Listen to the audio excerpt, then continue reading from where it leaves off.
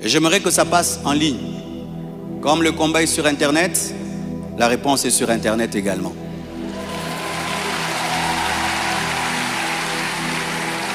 Je me suis tu. Lorsqu'on parlait des sacs, des parfums et tout, Dieu m'a dit, tais-toi, ne t'en occupe pas. Ça va se régler tout seul. Mais là, il m'a dit, tu vas parler. Parce que ce n'est pas le temps de se taire, c'est le temps de parler. Mon frère, tu marches avec quelqu'un, tu es témoin qui n'a pas fait le mal. On l'arrête. Est-ce que c'est le temps de se taire? Est-ce que c'est le temps de se taire? Tu travailles avec ton ami, il est accusé dans la société d'avoir volé. Mais toi, tu étais là, tu sais qu'il n'a pas volé. Est-ce que c'est le temps de se taire?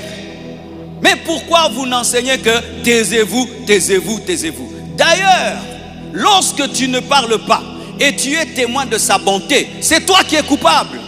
Vous tous qui me connaissez et qui ne parlez pas, vous êtes des coupables.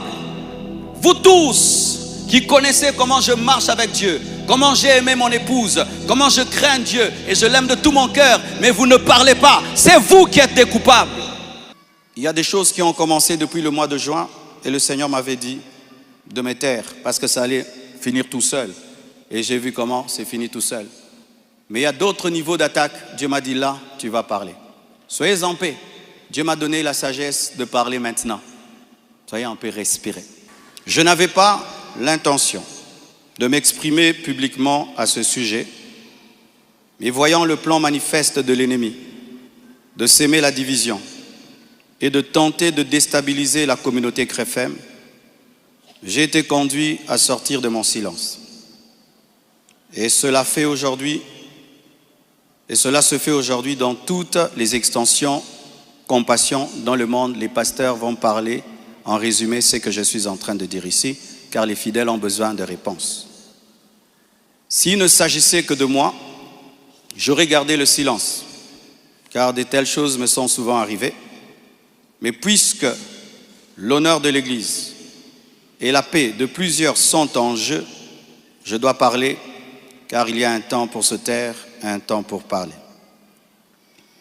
Suite au décès de mon épouse Blanche, j'avais pris l'initiative de faire construire une maison pour ma belle-mère en mémoire de sa fille.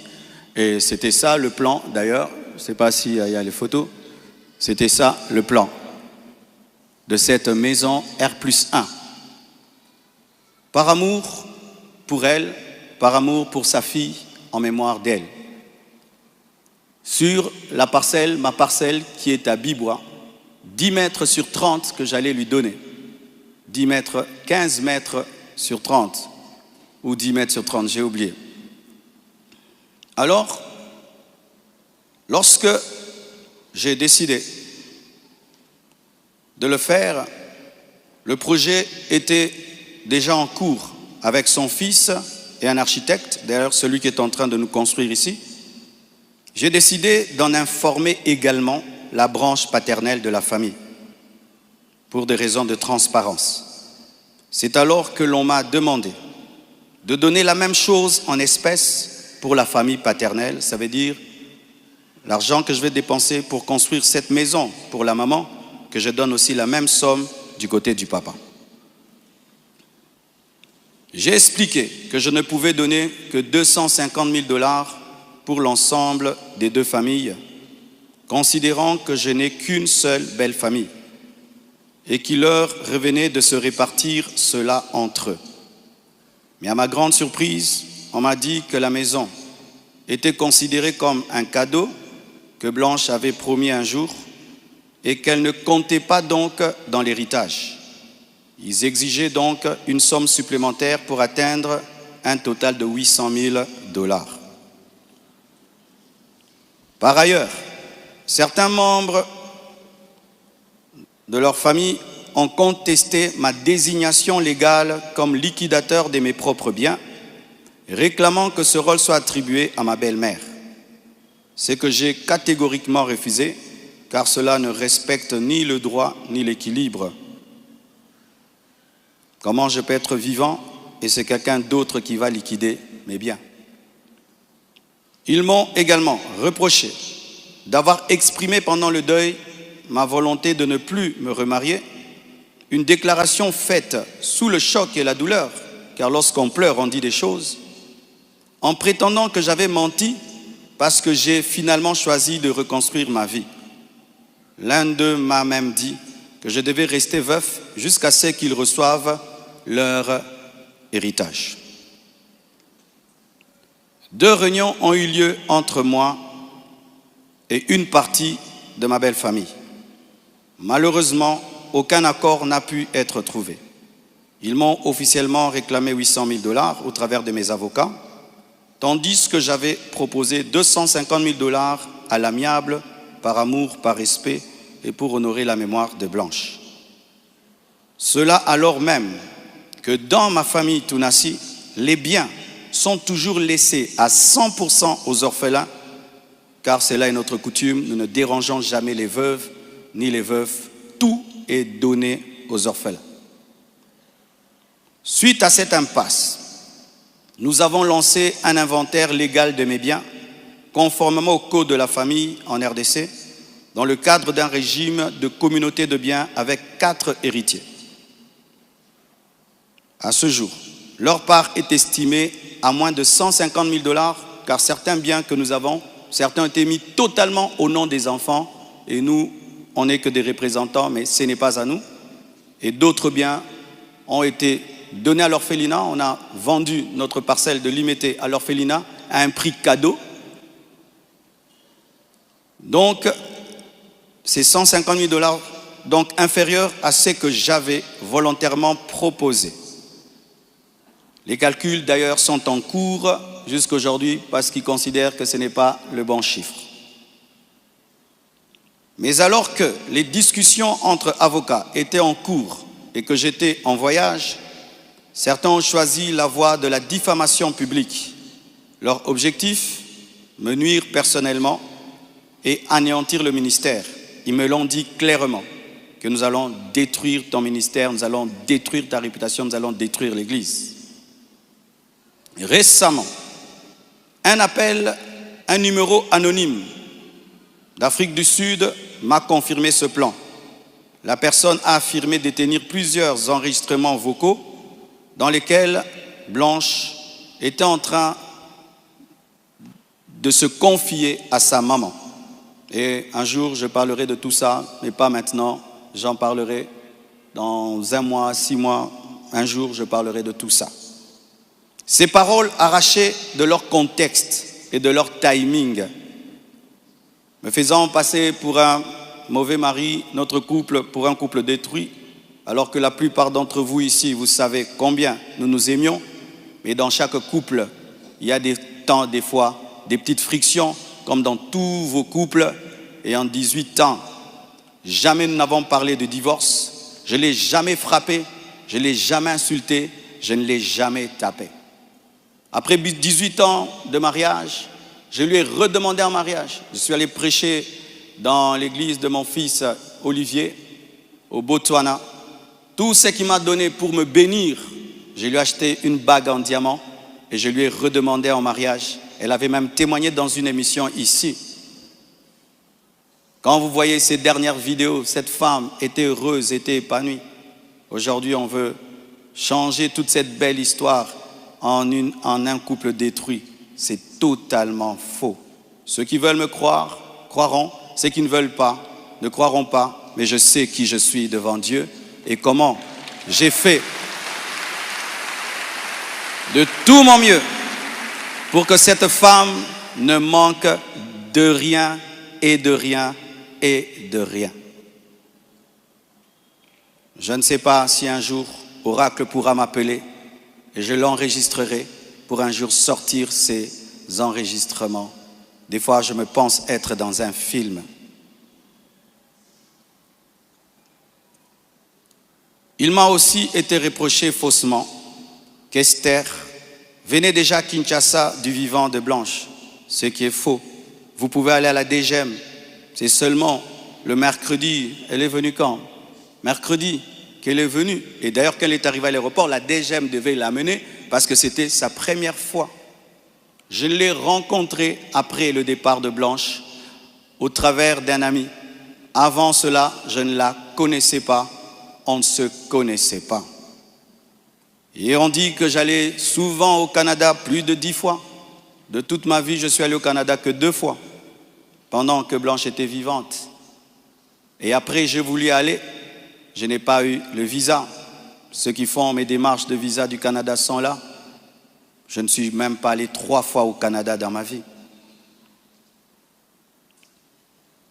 Et ce qui est pire, on dit que j'ai pris ces biens, ces sacs, c'est plutôt ces habits, j'ai mis dans des sacs poubelles pour donner à la belle famille. Est-ce que toi, tu gardes tes habits dans des sacs poubelles pour que moi j'ai des sacs poubelles à mettre des vêtements? On a mis ces habits dans des valises et dans des gros sacs parce qu'il y en avait beaucoup. Quand ils sont venus prendre les habits, ils ont cru qu'il y en aurait quelques-uns. Il n'y avait pas assez de place dans leur voiture. J'ai dû leur prêter même un bus pour amener les habits. Il y avait au moins 4 grandes valises et des grands sacs. Les sacs là qu'on utilise quand on a trop de vêtements. Mais ce ne sont pas des sacs poubelles. Plus de 6, si j'ai oublié. J'ai même la photo, je compte parce qu'il faut être précis. C'est ça, 4 valises et 1, 2, 3, 4, 5, 6 grands sacs. Et si certains doutent, je vais vous envoyer tout ça au président des départements. Vous aurez ces photos. Tout ça, pourquoi?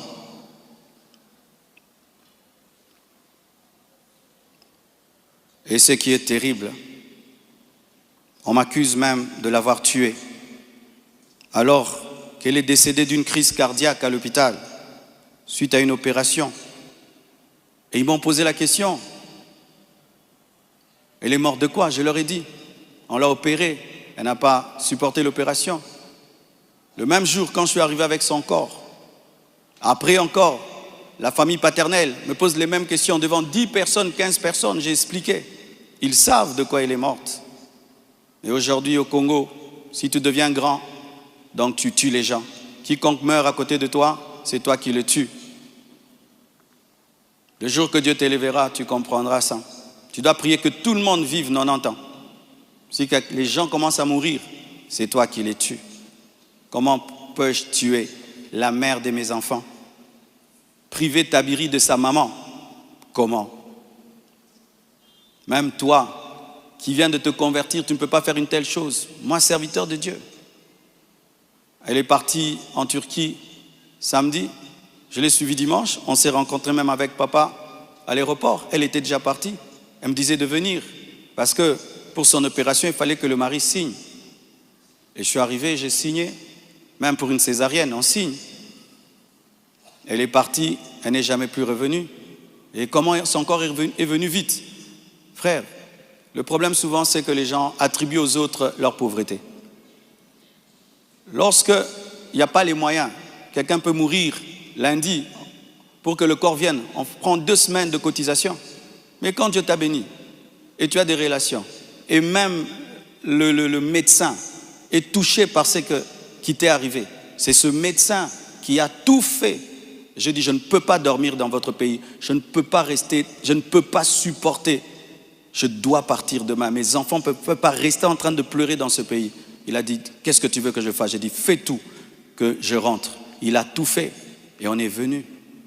Et c'est la sorcellerie. Comment quelqu'un peut mourir tel jour? Du coup, vous prenez le corps, vous amenez, c'est trop vite. Donc vraiment,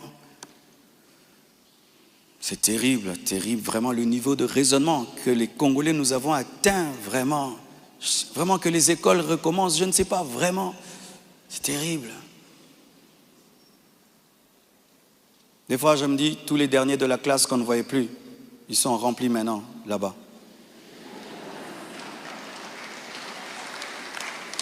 Et vous savez, le dernier de la classe, le professeur donne un cours de 2 heures du temps, et puis il a 1 sur 10. Le premier de la classe, il comprend, tu l'as 10 sur 10. Tu te dis, comment tu ne comprenais pas? C'est ça, maintenant, on a des cerveaux des derniers de la classe en RDC. Dis à ton voisin, même ce que tu es en train de comprendre, ce que le pasteur dit. Il faut vérifier, hein. Peut-être tu es un dernier de la classe à côté de toi.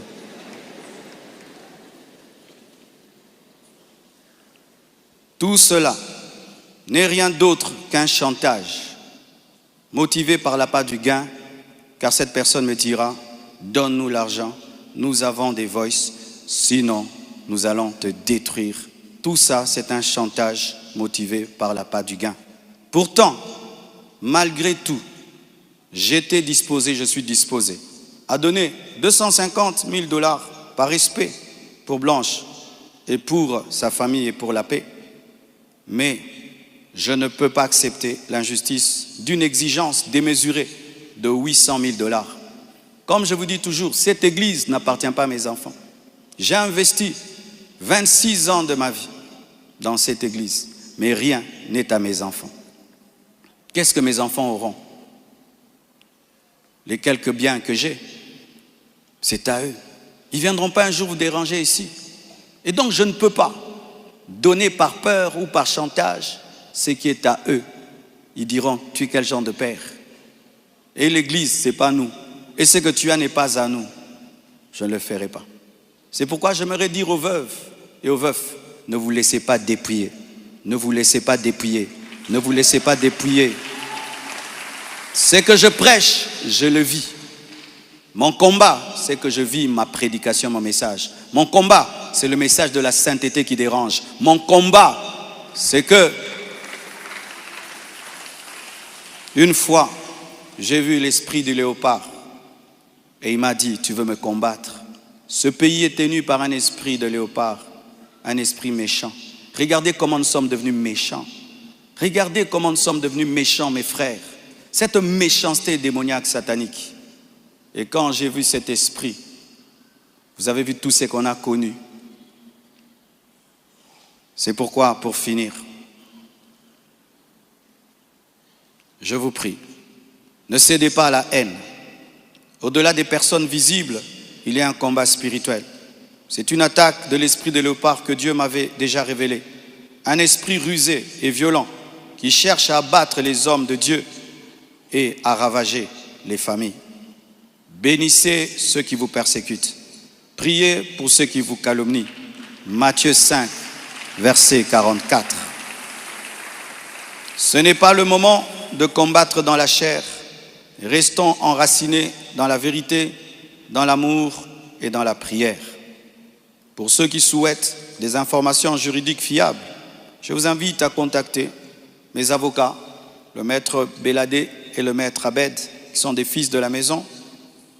Et sachez que toute chose concourt au bien de ceux qui aiment Dieu. Romains 8, verset 28.